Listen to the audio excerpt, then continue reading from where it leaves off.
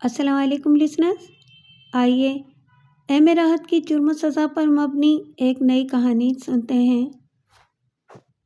پرانے طرز کا طویل و عریض بلند و بالا بنگلہ پہلی نظر میں ایک پرشکو قلعہ دکھائی دیتا تھا۔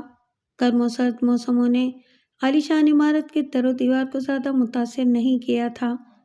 بنگلے کی اندرونی آرائش و زیبائش بھی قابل دید تھی۔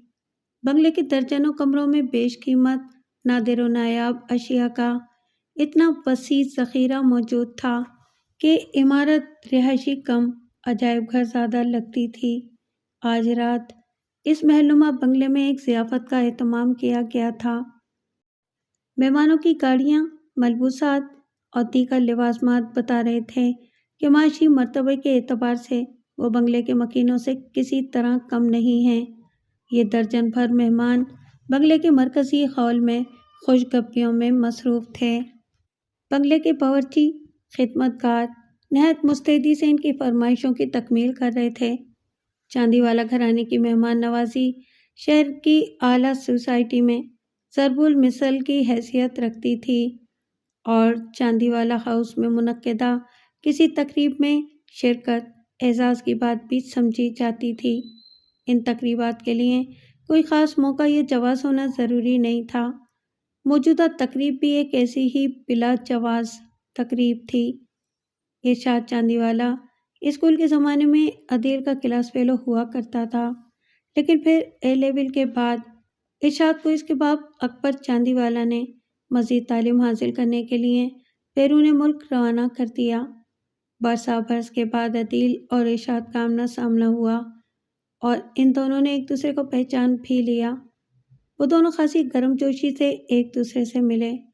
ارشاد نے ابتدائی رسمی گفتگو کے بعد بتایا کہ اس کا باپ اکبر چاندی والا فوت ہو چکا ہے اور اب وسیع کاروبار و جائیداد کی نگرانی اسی کی ذمہ داری ہے۔ اس کا مطلب ہے اب تم بہت بڑے سیٹ بن چکے ہو۔ سیٹ ارشاد چاندی والا، تم سے تو اب سوچ سمجھ کر بات کرنا پڑے گی، نہ جانے کون سی بات بری لگ جائے۔ عدیل نے مرعوب ہونے کی اداکاری کی۔ یار، زیادہ ڈرامے بازی کی تو اچھا نہیں ہوگا۔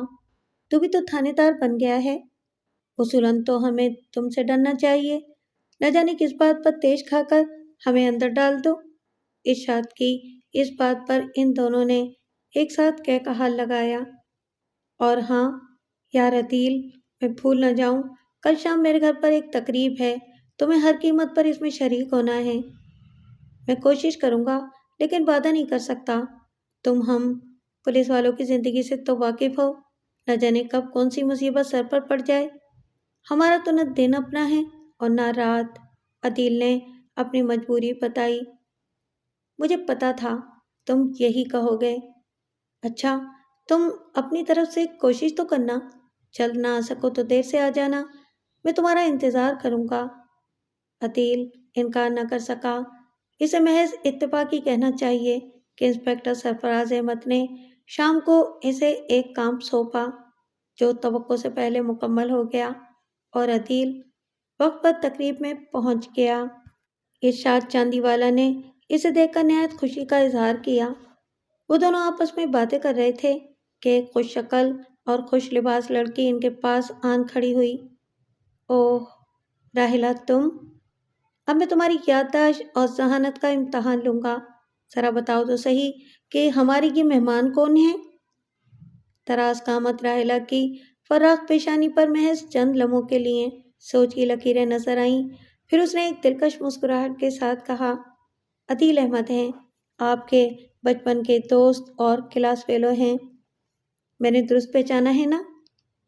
بھائی واہ، کمال کر دیا تم نے تو، اتنی جلدی تو میں نے بھی اسے نہیں پہچانا تھا۔ بہرحال تم عدیل اور دیگر مہمانوں کو انٹرٹین کرو، مجھے اختر چچا کو لینے کے لیے ریلوے اسٹیشن جانا ہے۔ تم تو جانتی ہو کہ انہیں ایروپلین کے سفر سے ڈر لگتا ہے اور اگر میں خود انہیں لینے ریلوے اسٹیشن نہ جاؤں تو وہ برا مان جاتے ہیں۔ تم فکر نہ کرو، میں جلد سے جلد واپس لوٹنے کی کوشش کروں گا۔ انشاءاللہ ڈنر کے وقت میں یہاں موجود رہوں گا۔ اپنی بہن کے چہرے پر ناگواری کی جھلک پا کر اس نے کہا،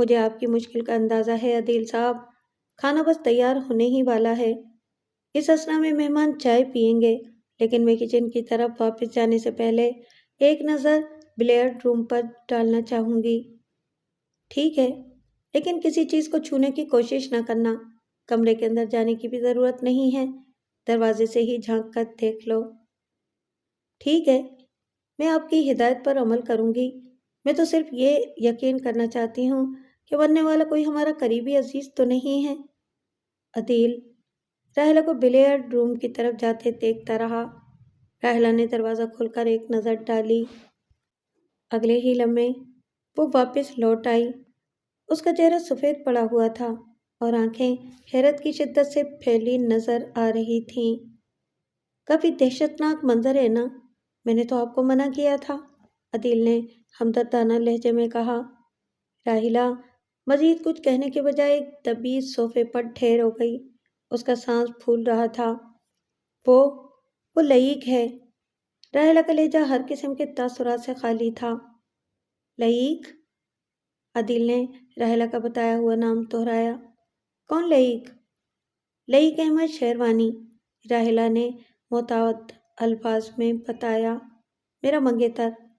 عدیل کو قطعاً معلوم نہیں تھا کہ راحلہ کی منگنی ہو چکی ہے۔ وہ حیرانی سے اس کا منہ دیکھتا رہ گیا۔ مجھے افسوس ہے یار کہ تمہیں اس بکھیڑے میں خواہ الجھنا پڑ گیا۔ ارشاد چاندی والا معذرت بھرے لہجے میں عدیل سے مخاطب تھا۔ میں تو خوشگوار ماحول میں تمہارے ساتھ اسکول کے سنہرے دور کی باتیں دہرانا چاہتا تھا، لیکن اس حادثے نے سارا مزہ کرکرا کر دیا۔ ارشد چاندی والا کے چہرے پر تفکر کے سائے نمایاں تھے اور وہ اپنی عمر سے کہیں زیادہ بڑا نظر آ رہا تھا۔ رات کافی بیت چکی تھی۔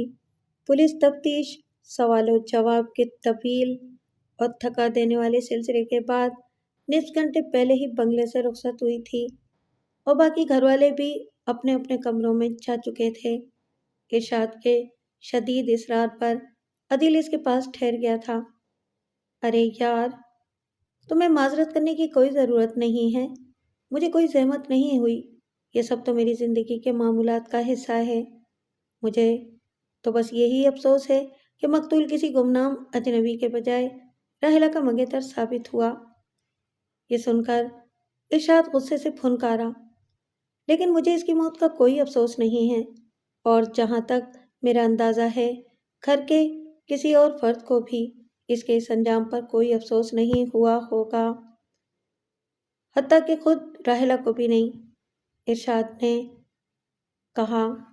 عدیل نے ارشاد کی اس بات پر زیادہ حیرانی کا اظہار نہیں کیا، کیونکہ یہ بات تو اس نے بھی نوٹ کی تھی کہ گھر کے دیگر افراد کی مانند راحلہ حیرانی کے شوق سے متاثر تو ہوئی ہے، تاہم اس کی اس کیفیت کو رنج و غم کا تاثر قرار نہیں دیا جا سکتا۔ شاید لئیق احمد کو اس گھر میں زیادہ پسند نہیں کیا جاتا تھا۔ تم اس کے بارے میں جذبات کو بہت نرم الفاظ میں بیان کر کے دریافت کر رہے ہو۔ میری ماں کو جب اس منگنی کے بارے میں پتہ چلا تو انہیں ہارٹ اٹیک ہوتے ہوتے رہ گیا۔ انہوں نے راحلہ کو اس شادی سے سختی سے منع کر دیا، لیکن اس کا نتیجہ الٹا نکلا۔ راحلہ اپنے ارادے پر مزید ڈٹ گئی۔ تم تو جانتے ہی ہو کہ وہ بعض اوقات کس قدر سرکش ہو جاتی ہے۔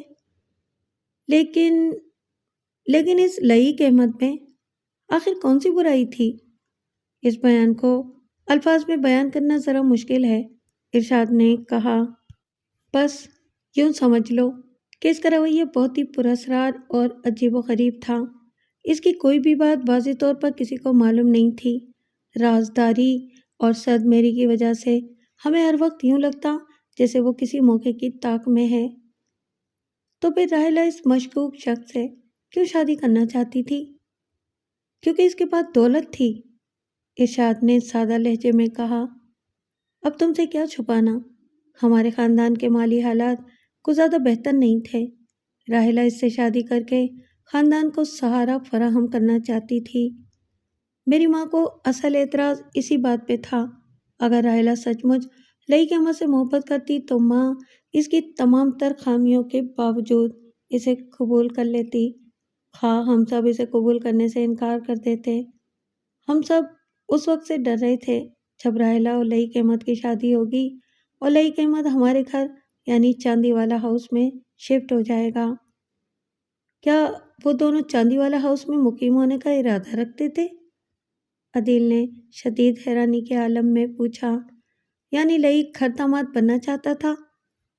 ہاں، راحلہ کا خیال تھا کہ لئیک کی دولت کسی بنگلے وغیرہ کی خریداری میں صرف ہونے کے بجائے ہمارے زیادہ کام آ سکتی ہے۔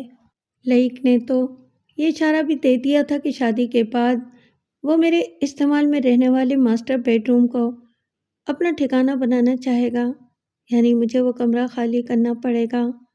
وہ اسی قسم کا بندہ تھا۔ عدیل نے ارشاد کے آخری جملے کو نظر انداز کرتے ہوئے پوچھا۔ کیا تمہارے خیال میں لئیک احمد نے کوئی وصیت وغیرہ چھوڑی ہوگی؟ وصیت؟ ارشاد نے حیرانی سے کہا۔ وہ مجھے مستقبل کی زیادہ فکر کرنے والا شخص لگتا نہیں تھا۔ تم یہ کیوں پوچھ رہے ہو؟ اوہ، کوئی خاص وجہ نہیں ہے، عدیل نے کہا۔ دیکھو یار ارشاد، مجھے یہ سب کچھ بہت عجیب و غریب لگ رہا ہے۔ بہتر ہے کہ میں خود کو اس معاملے سے علیحدہ کر لوں۔ میں نہیں چاہتا کہ تمہارے خاندان کے راز کریدنے میں مجھے اپنے ہم پیشہ افراد کے ساتھ شریک ہونا پڑے۔ میں نہیں چاہتا کہ تم چاہو، لیکن میں تمہیں مزید زحمت نہیں دینا چاہتا۔ پہلے ہی تم نے میری وجہ سے بہت وقت برباد کیا ہے، ارشاد نے شرمندہ لہجے میں کہا۔ یہ بات نہیں ہے میرے بھائی، ان نزاکتوں سے قطع نظر میں کسی جیتے جاگتے انسان کی کھوپڑی توڑنے والے قاتل کا وجود برداشت نہیں کر سکتا، خصوصاً جب اس واردات کی وجہ سے تمہاری پوری فیملی شک کی زد میں ہو۔ اس موقع پر میں غیر جانبدار رہنا چاہوں گا، لیکن قاتل کا پتہ تو چلنا ہی چاہیے۔ ہم آخر کب تک ایک دوسرے کو شکی نگاہوں سے دیکھتے ہوئے زندگی گزاریں گے؟ اس بے اعتمادی کے ماحول سے تو کہیں بہتر ہے کہ ہم میں سے کوئی ایک پھانسی کے تختے یا کال کوٹھی میں پہنچ جائے، ارشاد نے ٹھوس لہجے میں کہا۔ اگر تم واقعی یہ خیال رکھتے ہو تو میں یہ کیس پوری طرح اپنے ہاتھ میں لے کر قاتل کو تلاش کرتا ہوں، لیکن تمہیں فری ہینڈ دینا پڑے گا، عدیل نے کہا۔ مجھے کوئی اعتراض نہیں، میں بس یہ چاہتا ہوں کہ یہ معاملہ جلد از جلد صاف ہو جائے۔ تھانے میں عدیل اور نائمہ اس قتل کے سلسلے میں حاصل شدہ بیانات کا بغور جائزہ لے رہے تھے۔ لئیک احمد کی لاش کی مختلف زاویوں سے کھینچی گئی تصاویر بھی ان کے سامنے موجود تھیں۔ بظاہر یوں لگتا تھا کہ لئیک احمد بلیئرڈ ٹیبل پر جھک کر گیند کو اسٹک سے ضرب لگانے کی تیاری کر رہا تھا۔ عین اسی وقت کسی نے پیچھے سے اس کی کھوپڑی پر رائفل کے بٹ کی ضرب لگائی۔ قاتل چونکہ کام ادھورا نہیں چھوڑنا چاہتا تھا، لہٰذا اس نے دوسری ضرب بھی لگائی اور مقتول کی کھوپڑی کا بایاں حصہ چکنا چور کر دیا۔ پھر قاتل نے رائفل فرش پر پھینکی اور بلیئرڈ روم کے نزدیک واقع چھوٹے ہال کمرے کے عقبی دروازے سے فرار ہو گیا۔ یہ دروازہ کھلا ہوا تھا، حالانکہ چاندی والا فیملی کے تمام افراد اس بات پر متفق ہیں کہ اس دروازے کو مقفل ہونا چاہیے تھا، تاہم انہوں نے یہ بھی تسلیم کیا ہے کہ اس دروازے کے کھلے یا بند ہونے پر کوئی خاص توجہ نہیں دی جاتی تھی۔ یہ واردات لاش دریافت ہونے سے 1 یا 2 گھنٹے پہلے ہوئی تھی، عدیل نے کہا۔ لئیک کو کھیل کے دوران ہلاک کیا گیا ہے، ہو سکتا ہے اسے اس کے حریف کھلاڑی نے قتل کیا ہو، نائمہ نے خیال ظاہر کیا۔ یہ ضروری نہیں کہ لئیک کسی کے ساتھ بلیئرڈ کھیل رہا ہو۔ چاندی والا فیملی کے ارکان کا کہنا ہے کہ لئیک اکثر تنہا بھی مختلف شاٹس لگانے کی مشق کرتا رہتا تھا، کیونکہ چاندی والا فیملی میں کوئی بھی بلیئرڈ کا اچھا کھلاڑی نہیں تھا۔ نائمہ نے بیانات کا بغور جائزہ لیتے ہوئے کہا۔ چاندی والا ہاؤس ارشاد چاندی والا کے مرحوم باپ اکبر چاندی والا کی ملکیت تھا، تاہم اس کا بھائی اختر چاندی والا بھی اپنی فیملی کے ساتھ اسی بنگلے میں رہائش پذیر ہے۔ اختر چاندی والا کی فیملی اس کی بیوی جہاں آرا اور 2 بیٹوں اکرم اور اکرام پر مشتمل ہے۔ اکرم کی چند ماہ پہلے شادی ہوئی ہے اور وہ بھی اپنی بیوی ثروت کے ہمراہ اسی بنگلے میں مقیم ہے۔ ہاں، دلچسپ بات یہ ہے کہ چاندی والا ہاؤس کے تمام مکین متفقہ طور پر راحلہ کے منگیتر یعنی مقتول لئیق احمد کو سخت ناپسند کرتے تھے، حتیٰ کہ خود راحلہ بھی مقتول سے بیزار تھی۔ یہ تمام اپنی ناپسندیدگی چھپانے کی کوشش بھی نہیں کرتے تھے۔ عدیل نے ان لوگوں کی ناپسندیدگی کی تمام وجوہات بھی بتا دیں۔ کیا یہ ناپسندیدگی اتنی شدید ہو سکتی ہے کہ نوبت قتل تک پہنچ جائے؟ کہیں یہ رقابت کا چکر تو نہیں ہے؟ نائمہ نے پوچھا۔ اس بارے میں حتمی طور پر کچھ نہیں کہہ سکتا۔ راحلہ کافی خوش شکل لڑکی ہے۔ اکرام اگر اس شادی کا خواہش مند رہا ہو تو یہ کوئی انوکھی بات نہ ہوگی۔ میں اسے مزید کھنگالنے کی کوشش کروں گا۔ اس نے اپنے بیان میں لکھا ہے کہ وہ اس روز شام سے رات گئے تک بنگلے کی انیکسی میں واقع دفتر میں کام کرتا رہا تھا، تاہم وہ اپنے اس بیان کی تصدیق کے لیے کوئی گواہ پیش نہیں کر سکا۔ وہ ارشاد چاندی والا کے کاروبار اور جائیداد کے معاملات میں ہاتھ بٹاتا ہے۔ قدرے توقف کے بعد عدیل نے دوبارہ سلسلہ کلام چھوڑا۔ ایک اور بات پر چاندی والا فیملی کے سبھی ارکان متفق ہیں، اور وہ یہ کہ ان میں سے کسی کو بھی اس روز لئیق احمد چاندی والا کی آمد کی توقع نہیں تھی۔ نہ ہی بنگلے کے چوکیدار نے اسے دیکھا۔ وہ ایک نئی گاڑی میں آیا تھا جو تمام مہمانوں کے رخصت ہونے کے بعد بھی بنگلے کی پارکنگ میں موجود تھی۔ 2 روز پہلے راحلہ کی فون پر اس سے گفتگو ہوئی تھی، جس میں لئیق احمد نے کوئی اشارہ نہیں دیا تھا کہ وہ چاندی والا ہاؤس آنے کا ارادہ رکھتا ہے۔ وہ شہر سے باہر جانے کا ارادہ رکھتا تھا اور اس نے راحلہ کو وقوع والے دن ایک ریسٹورانٹ میں ملاقات کے لیے بلایا تھا، لیکن راحلہ نے مہمانوں کی آمد کا بہانہ کر کے معذرت کر لی۔ نائمہ نے اس بات میں سر کو جنبش دی۔ ہم باری باری چاندی والا فیملی کے ارکان کے اس میں ملوث ہونے کے امکانات پر بات کرتے ہیں۔ ارشاد چاندی والا کی اس شام کیا مصروفیات تھیں؟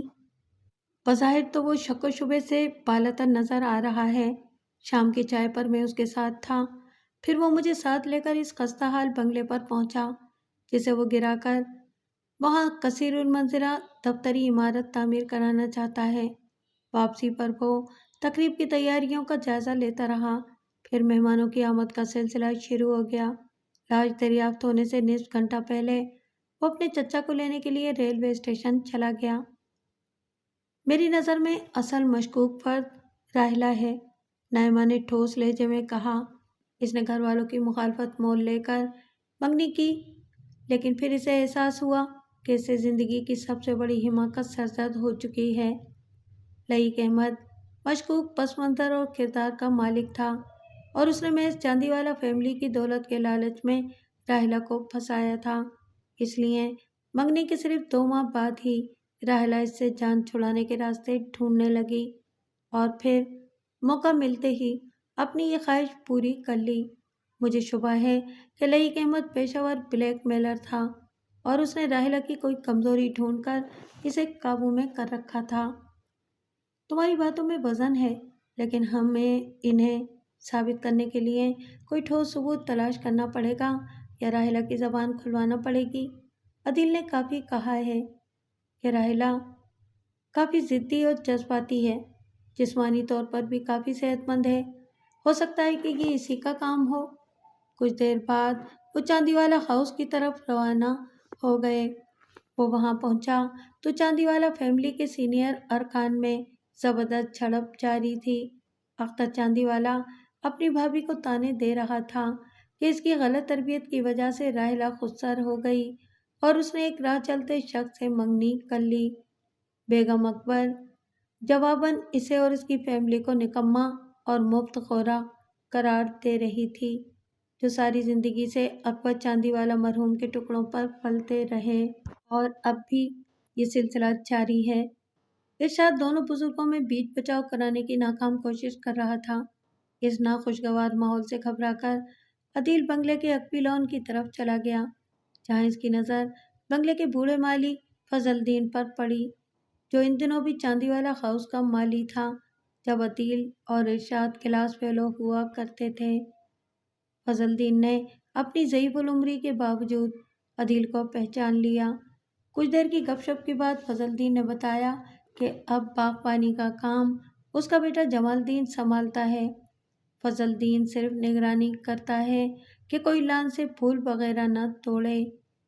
جب بھی یہاں کوئی دعوت ہوتی ہے میں رات گئے تک چوکیداری کرتا ہوں، ورنہ لان میں ایک بھی پھول نہ باقی بچے۔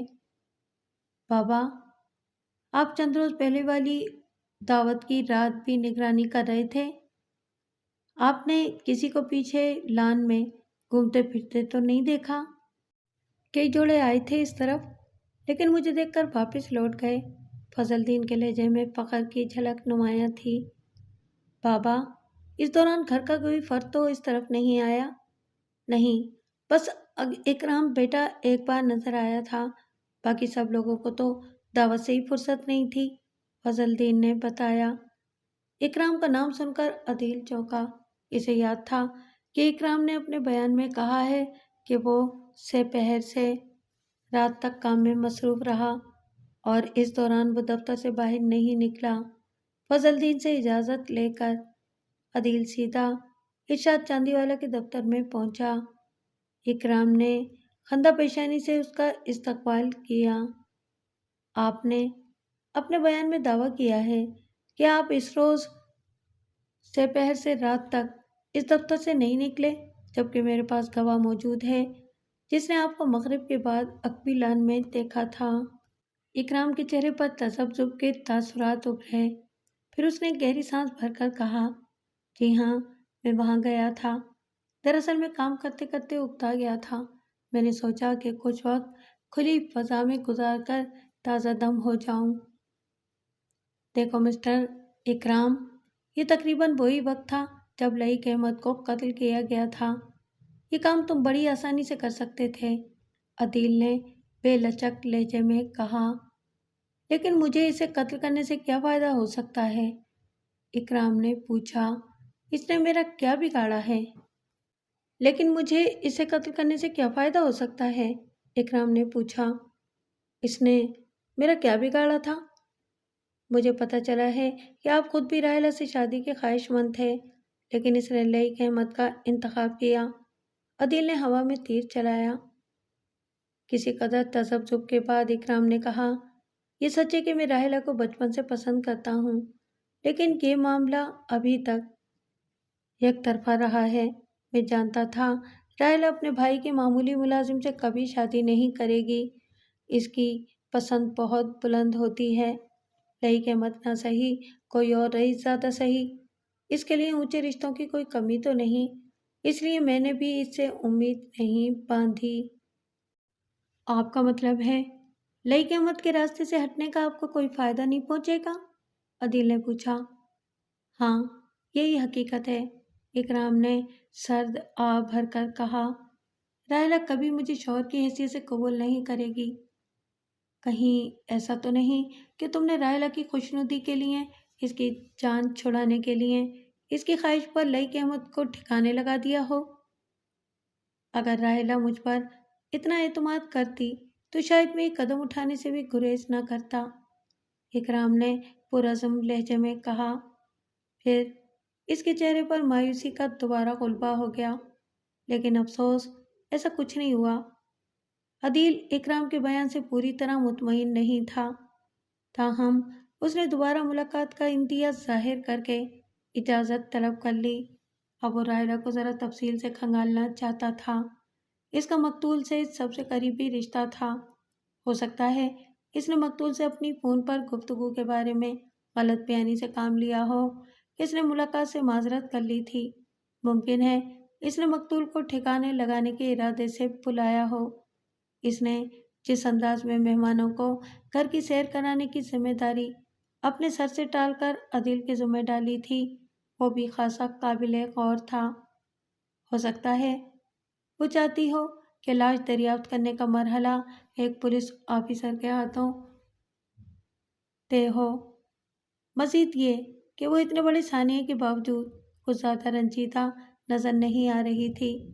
نائمہ کا یہ نظریہ بھی درست ہو سکتا تھا کہ اس نے بلیک میلنگ سے جان چھڑانے کے لیے لئیک احمد کا کام تمام کیا ہو۔ میں بیان دے چکی ہوں، اب میں اس واقعے کے بارے میں کوئی بات نہیں کرنا چاہتی، راحیلہ نے روکھے لہجے میں کہا۔ دیکھو راحیلہ، میں تمہاری مدد کرنا چاہتا ہوں، عدیل نے نرم لہجے میں کہا، لیکن مجھے کسی کی مدد کی ضرورت نہیں ہے۔ اگر تمہاری جگہ میں ہوتا تو ہر ممکن مدد حاصل کرنے کی کوشش کرتا، عدیل نے کہا۔ کوئی جواب دینے کے بجائے راحیلہ نے اپنا سر تھام لیا۔ اوف میرے خدا، شاید میری کھوپڑی سچ مچ گھوم گئی تھی۔ ممی نے مجھے اتنا سمجھایا لیکن میں نے ان کی ایک نہ مانی۔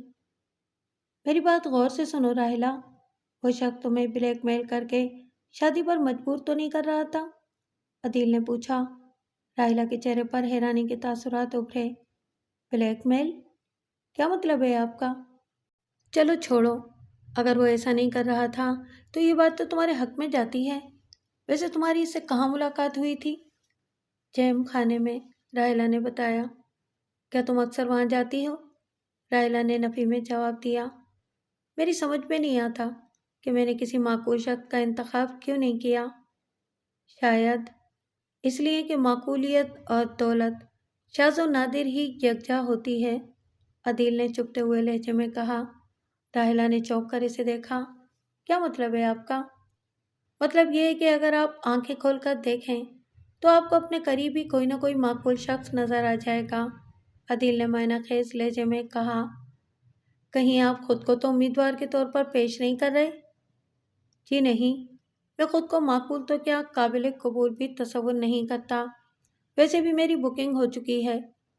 آپ ذرا ذہن پر زور ڈالیں۔ ویسے وہ بات ادھوری رہ گئی، تم نے اس کا انتخاب کیوں کیا؟ شاید اس کی دولت اور پراسرار شخصیت کی وجہ سے۔ روپیہ پانی کی طرح بہاتا تھا اور انتہائی رومانوی گفتگو کرتا تھا۔ ہمارا ابتدائی وقت بہت اچھا گزرا، وہ ہماری فیملی سے کافی مرعوب تھا۔ کیا تم نے اپنی فیملی کے خراب مالی حالات کے بارے میں اسے بتایا تھا؟ ہاں، نہیں، واضح الفاظ میں تو نہیں، البتہ میں نے اتنا بتا دیا تھا کہ خاندانی بھرم قائم رکھنے کے لیے ہم سب کو سخت جدوجہد کرنی پڑ رہی ہے۔ اس نے اس جدوجہد میں شامل ہونے کے لیے خود بھی چاندی والا ہاؤس منتقل ہونے کا ارادہ ظاہر کیا تھا، لیکن بعد میں۔ تم لوگوں کی منگنی اب بھی برقرار تھی نا؟ جی ہاں، دراصل میری سمجھ میں نہیں آ رہا تھا کہ معاملہ کس انداز میں ختم کیا جائے، راحیلہ نے کہا۔ عدیل نے استفہامیہ انداز میں سر کو جنبش دی۔ تم نے اس سے پوچھا تھا کہ اس کے پاس یہ دولت کہاں سے آئی؟ نہیں، کبھی اس کی ضرورت ہی پیش نہیں آئی۔ وہ اسٹاک بروکر تھا، میرا خیال ہے کہ اسے ورثے میں کچھ دولت ملی ہوگی، اس نے اسٹاک ایکسچینج میں شیئرز کی خرید و فروخت کے ذریعے اس دولت میں اضافہ کر لیا ہوگا۔ گویا اس کے والدین فوت ہو چکے تھے؟ عدیل نے پوچھا۔ جی ہاں، اس کا کوئی قریبی رشتہ دار بھی نہیں تھا، یہی وجہ ہے کہ وہ ہماری فیملی کا حصہ بننے پر تیار ہو گیا۔ اف میرے خدا، مجھے اب بھی یقین نہیں آتا کہ میری فیملی میں سے کسی نے اسے قتل کیا ہوگا۔ سارا قصور میرا ہے۔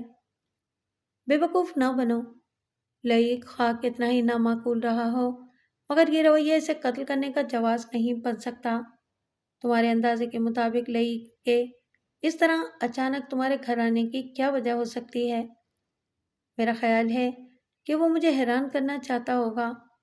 وہ ایسی ہی غیر متوقع حرکتیں کیا کرتا تھا، جبکہ حقیقت یہ ہے کہ میں اس کی شکل بھی دیکھنا نہیں چاہتی تھی، راحیلہ نے قدرے ناگواری سے کہا۔ ہو سکتا ہے اس نے یہ بات محسوس کر لی ہو اور وہ تمہیں منانے کے لیے کسی رومانٹک جگہ پر ڈنر کنانے کے لیے لے جانا چاہتا ہو۔ وہ یقیناً اس وقت آیا ہوگا جب سب لوگ ہال کمرے میں مشروبات سے لطف اندوز ہو رہے تھے۔ مجھے لائبریری سے اس کا ہینڈ بیگ ملا ہے۔ اوہ، اس بات کا پولیس کے ریکارڈ میں کوئی تذکرہ نہیں ہے؟ میں وہ بیگ دیکھنا چاہوں گا۔ راحیلہ نے وہ بیگ عدیل کے حوالے کر دیا۔ عدیل نے الگ تھلگ گوشے میں پہنچ کر بیگ کا جائزہ لیا تو اس میں لئیک احمد کے وزٹنگ کارڈز، ڈرائیونگ لائسنس اور بینک لاکر کی چابیاں ملی۔ عدیل وہاں سے سیدھا تھانے پہنچا۔ اور انسپکٹر سرفراز سے فلیٹ کی تلاشی کی اجازت حاصل کر کے اگلی صبح برکت اللہ سمیت اس بلڈنگ میں جا پہنچا جہاں لئیق احمد کا فلیٹ واقع تھا۔ اس انتہائی مہنگے فلیٹ کی آرائش پر بھی دل کھول کر پیسہ خرچ کیا گیا تھا۔ وہاں سے لوگوں کو محض دو کام کی چیزیں مل سکیں، ایک بینک چیک بک اور دوسری ارسلان خان کے نام کے متعدد وزٹنگ کارڈز۔ عدیل اور برکت اللہ وہاں سے سیدھے بینک پہنچے۔ بینک مینیجر کے تعاون پر آمادہ کرنے کے لیے انہیں کافی تگ و دو کرنا پڑی۔ انہیں پتہ چلا کہ لئیق احمد نے صرف 2 ماہ پہلے اکاؤنٹ کھلوایا اور اس دوران کئی مرتبہ کافی بڑی بڑی رقمیں وہاں جمع کرائی گئیں۔ تاہم تنخواہ یا ماہانہ آمدنی کے انداز میں یہ سلسلہ نہیں رہا۔ عدیل اور برکت اللہ بینک سے فارغ ہو کر ارسلان خان کے پتے پر پہنچے۔ اس پتے پر مقیم شخص نے بتایا کہ ارسلان خان 2.5 ماہ پہلے اپنا فلیٹ بیچ کر کسی اور جگہ منتقل ہو چکا ہے۔ عدیل کے پوچھنے پر اس نے ارسلان خان کا جو حلیہ بتایا وہ لئیق احمد کے حلیے سے مختلف نہیں تھا۔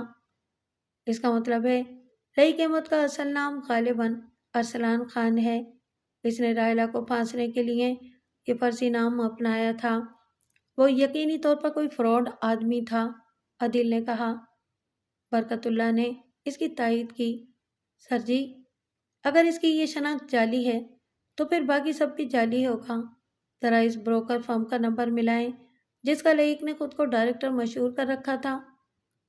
اس فرم کا نمبر ملنے پر پتہ چلا کہ وہاں اس نام کا کوئی ڈائریکٹر نہیں رہا۔ سوال یہ ہے سر جی کہ یہ راحلہ نے جھوٹ بولا یا پھر اس سے بھی غلط بیانی کی گئی تھی؟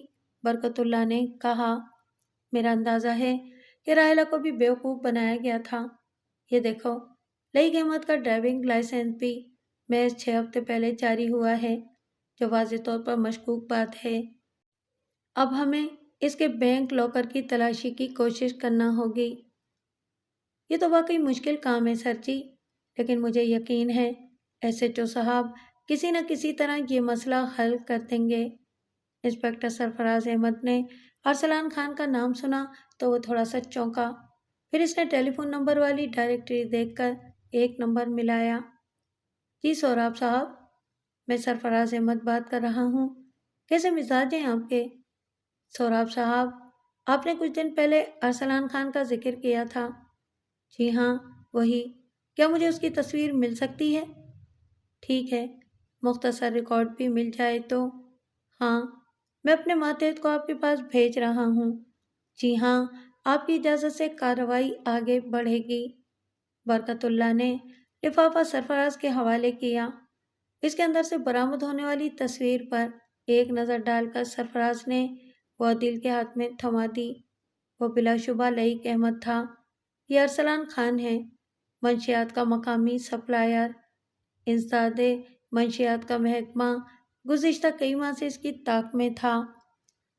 یہ تو کہانی کچھ اور ہو گئی سر۔ اس کے قتل میں اس کے اپنے گروہ کے ارکان سے لے کر حریف گروہوں تک کوئی بھی ملوث ہو سکتا ہے، عدیل نے کہا۔ ہاں، لیکن چاندی والا فیملی کو محض اس بنیاد پر شک سے بالاتر نہ سمجھ لینا، سرفراز احمد نے کہا۔ عدیل نے اسے یقین دلایا کہ ایسا نہیں ہوگا۔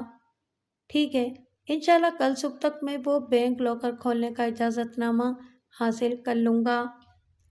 عدیل اور برکت اللہ ایس ایچ او کے کمرے سے نکلے تو عدیل نے کہا، یار، میں تو لئیق احمد کے فلیٹ کی دوبارہ تلاشی لینا چاہوں گا۔ ہو سکتا ہے اس نے وہاں کوئی خفیہ خانہ بنا کر منشیات وغیرہ چھپا رکھی ہوں، وہاں سے کوئی اور کام کی چیز بھی مل سکتی ہے۔ برکت اللہ نے اس کی تائید کی۔ وہ دونوں لئیق احمد کے فلیٹ پر پہنچے تو وہاں سب کچھ الٹ پلٹ پایا۔ صاف لگ رہا تھا کہ کسی نے نہایت باریک بینی سے وہاں کی تلاشی لی ہے۔ لو بھائی، کوئی ہم سے پہلے ہی کام کر گیا، عدیل نے کہا۔ ہاں، لیکن اسے یہاں سے کوئی کام کی چیز نہیں ملی۔ ارسلان خان عرف لئیق کافی چالاک آدمی تھا۔ اس نے ایسی ویسی چیز گھر میں رکھنے کی حماقت نہیں کی۔ فلیٹ کا جائزہ لینے کے بعد عدیل کو برکت اللہ کی تائید کرنا پڑی۔ وہ دونوں فلیٹ سے باہر نکلتے تو آس پاس کے تمام فلیٹوں کے مکینوں کو انہوں نے وہاں موجود پایا۔ اوہ، آپ ان سب انسپیکٹر صاحب، ہم تو یہ سمجھے کہ ایک بار پھر لئیک کے فلیٹ میں چور گھس آئے۔ ابھی 3-4 گھنٹے پہلے ایک ہی تھا، لیکن بہت پھرتیلا اور خطرناک۔ ایک کے تو قابو میں نہ آتا، لیکن ہم سب نے اسے کسی نہ کسی طرح قابو کر کے تھانے پہنچا ہی دیا۔ اوہ، اس کا مطلب ہے کہ اس فلیٹ میں گھسنے والا شخص اب تھانے میں ہے؟ برکت اللہ، چلو جلدی، عدیل نے کہا۔ محض اتفاق کی بات ہے کہ حوالات میں اس وقت صرف ایک ہی شخص بند تھا۔ ابھی کچھ دیر پہلے ایک وکیل صاحب کا فون آیا تھا، مشتاق علی نے کہا۔ وہ اسے ضمانت پر رہا کرانے کے لیے آنے والے ہیں۔ خبردار، فی الحال کوئی اس طرح کی کارروائی نہیں ہونی چاہیے، عدیل نے کہا۔ سرفراز احمد نے یہ بات سنی تو چونک اٹھے۔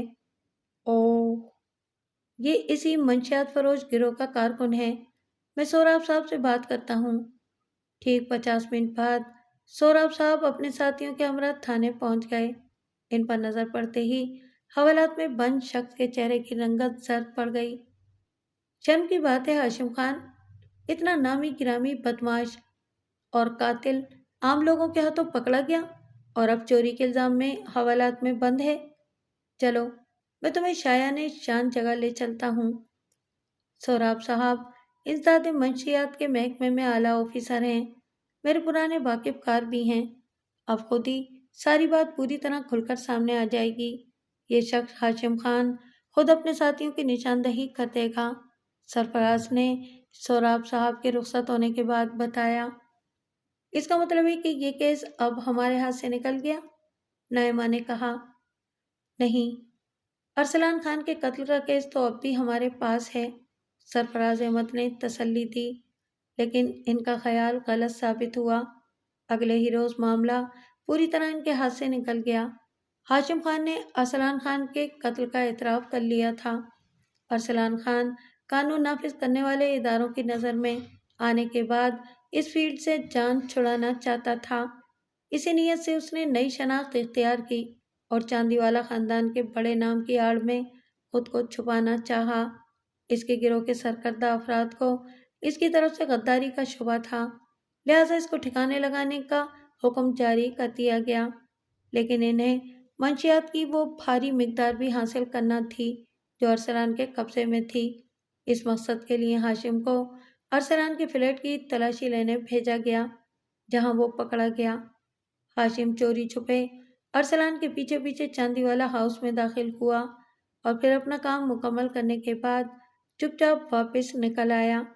اس دوران کسی کی اس پر نظر پڑی بھی ہوگی تو اسے تقریب میں شریک مہمان تصور کیا گیا ہوگا، کیونکہ وہ انتہائی عمدہ سوٹ پہن کر شاندار گاڑی میں بنگلے میں داخل ہوا تھا۔ البتہ وہ بنگلے کی اصل عمارت کے اندر داخل نہیں ہوا تاکہ میزبان کی نظر اس پر نہ پڑ سکے۔ کیس تو ہاتھ سے نکل گیا، لیکن میرے لیے یہی اطمینان بہت ہے کہ میرے بچپن کے دوست کی فیملی کا کوئی فرد اس قتل کا مرتکب نہیں نکلا۔ ہاں یہ تو ہے، کب جا رہے ہو چاندی والا ہاؤس؟ نائمہ نے شریر لہجے میں کہا۔ بھائی وہاں تمہاری چاندی والی انتظار کر رہی ہے نا؟ عدیل نے اسے گھور کر دیکھا، لیکن نائمہ پر اس کا کوئی اثر نظر نہیں آ رہا تھا۔